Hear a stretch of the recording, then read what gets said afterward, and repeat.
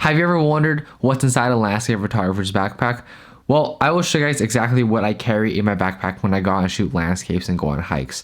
So keep watching this video and I'll show you guys what's in my backpack.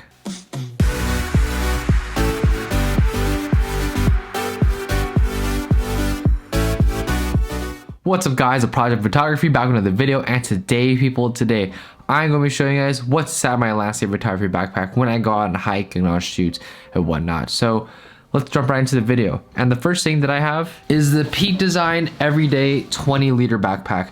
This thing is absolutely insane. I bring this thing with me everywhere I go, and I even use it for school. I carry all my books and whatnot in here, and this is an overall amazing backpack. This is the version 2 20-liter everyday backpack, and I've owned the first version since about 2018, I want to say, and ever since I have loved the Peak Design Everyday backpack series, and this backpack is absolutely no exception. I upgraded to the V2 because with Peak Design you get unlimited warranty for a lifetime, and that means that you can upgrade your backpack when the next iteration comes out. So because of that lifetime warranty, I was able to go from my version 1 to the version 2. So for landscape photographers, the upgrade is absolutely crucial. I would highly recommend getting the V2 over the V1, and here's why. Because on the V2 you are able to have the hip straps on the side here, and these hip straps are way better than the V1s, and this makes an absolutely huge difference when you're going out and shooting landscape photography, because when you're using the hip straps, it's able to take the weight off of your shoulders and onto your hip. So when you're hiking for 10, 12, 20 miles, it doesn't get really tiring and obnoxious, and you're able to go longer and farther and not have to worry about your shoulders hurting after a long time. So if you're not familiar with the Peak Design Everyday backpack, what it essentially does is has 3 main compartments that you access it from. It's 2 from the side and 1 from the top, and the way it's set up is so that you're able to have these dividers inside the backpack so you can customize it and fit it to what you need.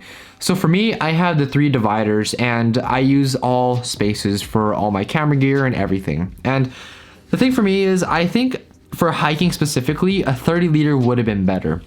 But my philosophy was I want to be able to just carry everything in a 20-liter because I want to be as minimal as possible, and I don't want to have to carry excess stuff. So that is kind of my thought process. So I'm going to make a whole video on this backpack by itself because I think this is an absolutely incredible backpack. It's really comfortable, especially with the hip belt and the hip straps, and it just makes everything so much better when you're carrying that weight on your back.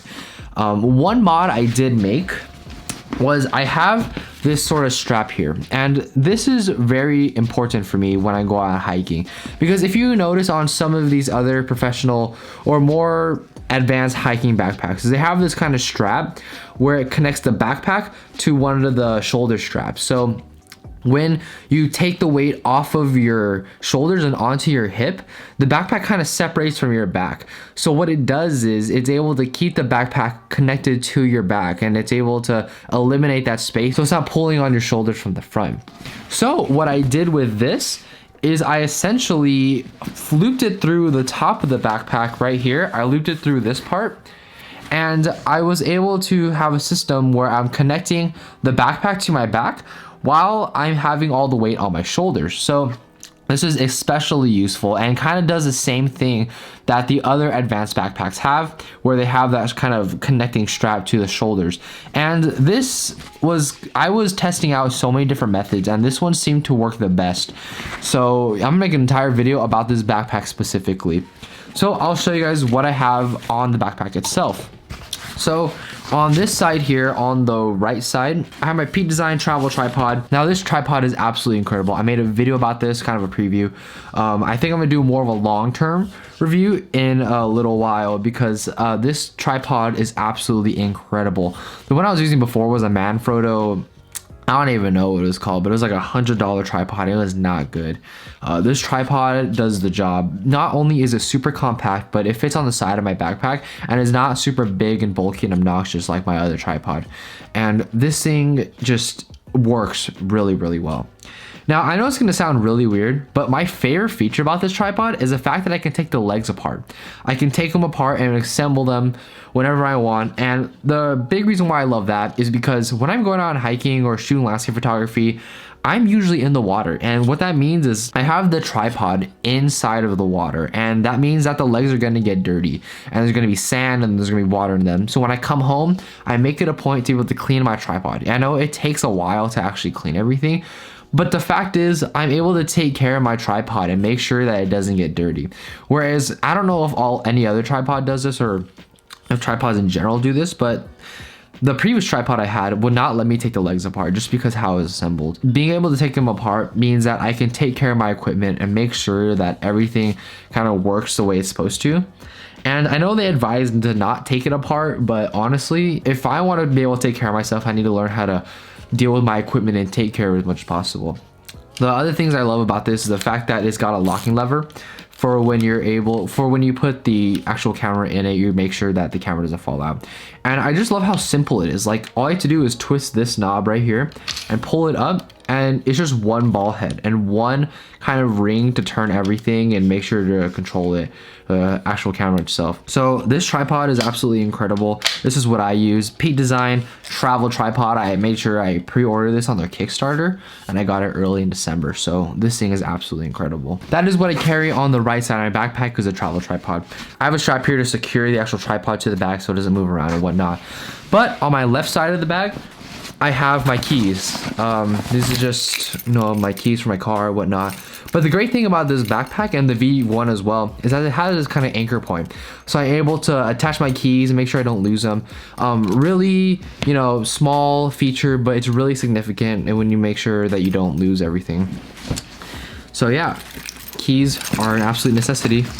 And another thing I have on the backpack itself is a Peak Design capture clip. Now, I actually don't use it all that much, and honestly, it can get kind of annoying, especially when I'm going on long hikes and I'm making sure that the strap is kind of looser. So this is kind of more up on me. When I'm not going on long hikes, I usually use this to keep my Nikon in, and I'm just keep strapping it in there for the clip, and I just making sure that it holds it.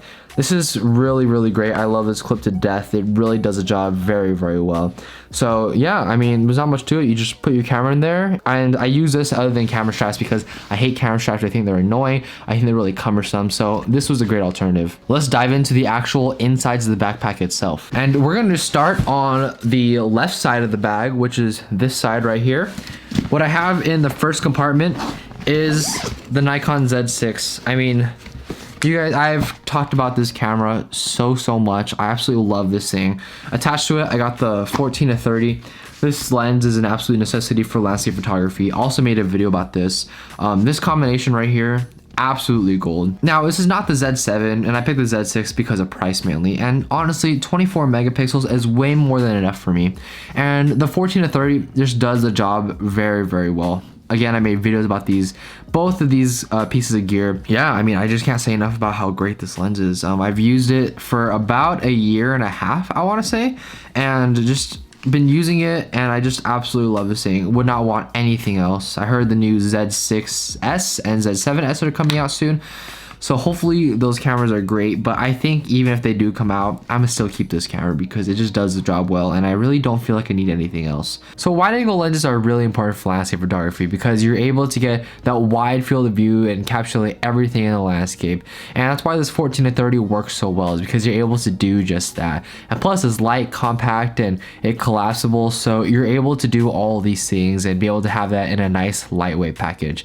Wide angle lenses are always crucial for landscape photography, and this one definitely fits the bill. This is what I make all my YouTube videos with, and this is a lens that I've wanted for a long time because it's silent when autofocusing, and it's just 14-30 f4. It's lightweight and does the job very, very well. Can't say enough good things about this lens. So let's move on to the next part. And the next thing I have in kind of this third compartment is my 70-300. Again, amazing lens. Talked about it before. I have the FTZ adapter on here because you can adapt this straight to the body because it's an F mount. So I just use this on here. This is a great lightweight compact lens. Again, I love this lens. I've had this thing since forever. I've had, I think, about 2 iterations of this because I broke one, and this is like my second one, I believe. But I mean, this is just stand the test of time, and it's super cheap, lightweight, does a job very, very well, especially for landscape photography. Isolating subjects with the telephoto is absolutely crucial. So this does that very, very well, and it has a hood on it, which is great. And yeah, I mean, it's just your standard telephoto lens, and it's very, very good. So love this thing to death. All right, the next thing I have in my last compartment is a Rode VideoMic Go. Actually, I use my Rode VideoMic Pro, but I'm using it to record this video, so this will just be a placeholder instead. Now, the entire reason why I got a microphone for the first place in my landscape photography kit is because when I go out and shoot landscape photography, most of the time I'm recording a video for you guys on YouTube, and I'm doing a first-person point of view shooting landscape photography for you guys. So it's pretty much a vlog, and I need a microphone to get crisp, nice audio for you guys, so it sounds great at home when you're watching it. I chose this microphone over anything else mainly because it has a plus 20 decibel gain when I'm shooting audio and whatnot. And for the Nikon Z6, that's a terrible preamp. This is the Nikon Z6 without any sort of microphone plugged in. This is the Nikon Z6 with the Rode VideoMic Plus plugged in. It just sounds like garbage, so really, you really need the 20 decibel gain to really put a hot signal into the camera and make sure that the audio is nice and crisp and clean. It really makes a big difference, and the audio just sounds great, and I found this on eBay for a pretty good deal. So yeah, I chose the Plus over the normal one because the battery, I don't want to have to be fiddling with non-rechargeable batteries and whatnot, and the fact that this thing turns on and off when you power on and power off the camera is really, really important as well. That's one of the big reasons why I got it, and plus the battery is rechargeable. So those are two very important reasons why I got the Pro Plus over just the regular one. I think it's a great decision for me, especially because I'm pretty clumsy and I forget things all the time. So in the side compartment here, there's kind of this like flap that you can lift up, and you also have more space to fit more stuff. And what I have in here is essentially two Nikon Z6 batteries, and these are the ENL25s, not the ENL20, or it's the ENL15s. I have the ENL15B, ENL15, and I have a regular ENL15 in my Nikon. I never really needed to switch out batteries ever during a shoot because the battery life on the Z6 is actually really, really good. So I'm very happy about that. But yeah, two spare batteries if I ever need it. Let's move on the other side. That is pretty much it for the left side of the bag. We're moving on to the right side of the bag, which is where I put my tripod as well. So the first thing I have at the bottom part of the bag is this. It's just, you know, a rocket blower. I also made a video about this. This is really crucial when I'm shooting landscape photography because dust is a real thing for landscape photos. If you shoot portraits or other things where you use wide apertures, you won't understand the problem of dust. So when you're shooting at f8, f11, when you're stopping down your aperture and there's dust in the sensor, it can become a real problem because those dots show up on your photo and they can be quite annoying. So what this does is it pretty much blows out all the dust from the sensor. And that is the entire purpose of this thing, just to blow out dust, and it works well. I mean, this is like $3, so really, if you're a landscape photographer, this is a must-have in your kit. Just always nice to have this on hand, and don't have to worry about it when you're going and shooting and whatnot. You have to worry about dust, and when you see dust in your photos, it can get quite annoying, and it kind of put a mental barrier in your head. So this is really important. Have this at all times. The next part I have is this. It's a Mindshift filter pouch. This thing is very good. It literally just holds filters, which is great because I have two filters in here. The first one is a 10 stop B plus W 82 millimeter filter.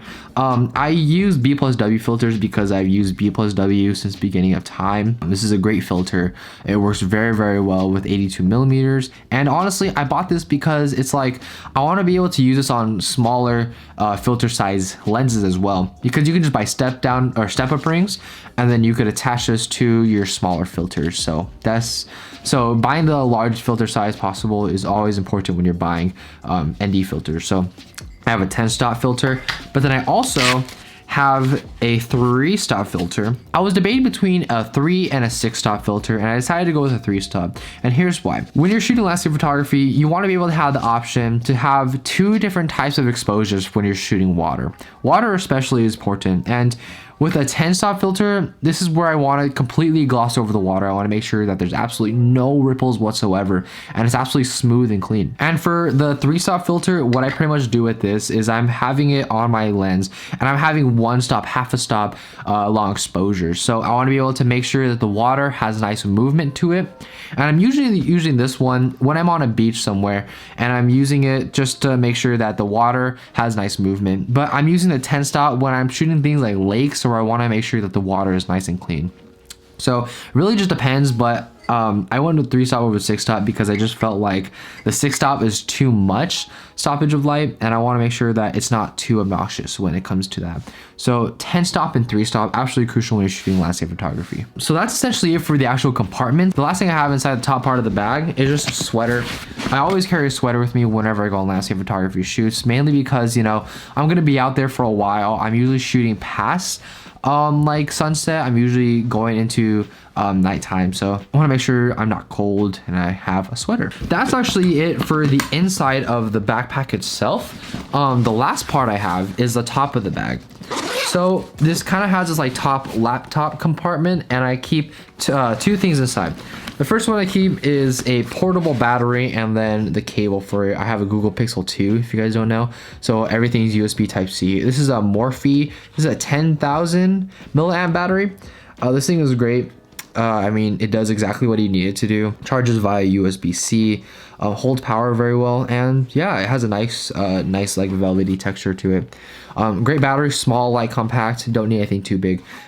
Just enough to get me through like a few charges if I really need it. Okay, so the last thing I have is this head torch by Energizer. This was on Amazon for like, I don't know, like $10. This is really important. I mean, when I'm going out on a hike, especially, and I'm hiking through the nighttime, head torch is really important because you don't want to be carrying a flashlight. If you just have this on your head, you just be able to look around, and it's very easy to get light whenever you need it. So yeah, head torch, really crucial, especially if you're gonna go hiking during nighttime for landscape photography. So that's pretty much it for what's in my backpack. I mean, yeah, that's it. That's what I carry when I go on landscape shoots, and hopefully you guys enjoyed the video. Hopefully you guys take it away so you guys can incorporate some of these things for your landscape photography. One kind of philosophy I have when I'm going out on these shoots, and I want to make sure that, you know, I'm carrying the gear necessary, is I want to be able to be as minimalist as possible. Make sure I don't carry too much gear, and I don't want to make sure that, you know, I don't have to have excess. And I think that's really important, especially when you're shooting landscape photography. You want to make sure you keep the weight down as much as possible. Two things I'm really thinking about getting is I have a Fujifilm X-E3. If you guys didn't know, I just got it like a few weeks ago. I love this camera to death. I might be making a review on it soon, but my plan is to get a 55-200 for the X-E3, and I already have two bodies on me at all times. Picked up the X-E3 because it's smaller, lightweight, and it's way smaller than other things, and is really cheap. Got this thing for like $300, which is an absolute steal. So hopefully I'm gonna be able to get a 55-200 and slap it on there, and able to have two bodies so I don't have to switch out lenses all the time. Second thing I want to get is a DJI Mavic Air. I want to be able to get a drone that's small, portable, lightweight for landscape photography. Probably gonna get the Air 1 because I can't afford the Air 2. It's kind of expensive. So having a drone for landscape photography is very important, and it's almost like a third lens. So I'll make a video on that probably. So yeah, those are things I'm really thinking about getting. But for the most part, this kit is very set. Everything I have in here is there for a reason. And yeah, that's it. That's pretty much it for this video, guys. Let me know what you guys think down in the comment section down below. Like, comment, subscribe, and I'll catch you guys in the next one.